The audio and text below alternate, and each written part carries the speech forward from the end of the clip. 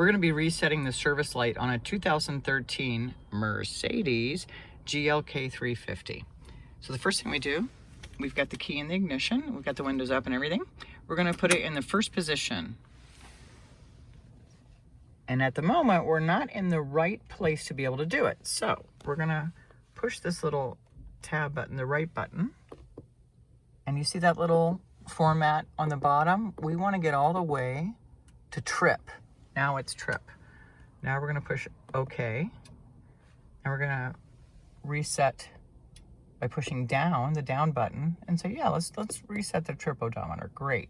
Now what we have to do is we have to push the phone button and the OK button together. So you won't be able to see that, but I'm going to do that right now.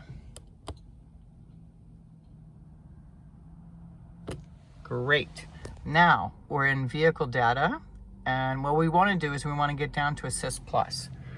So push it down to Assist Plus twice, and then we're going to push the OK button.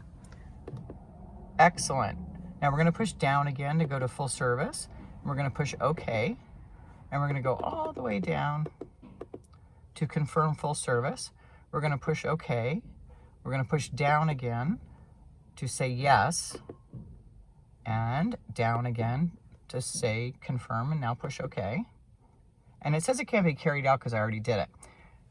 But it's done. So now what I want to show you is we're going to go back so that I can show you that it was done by going to another screen. Again, we're going to push this right button until we get to service.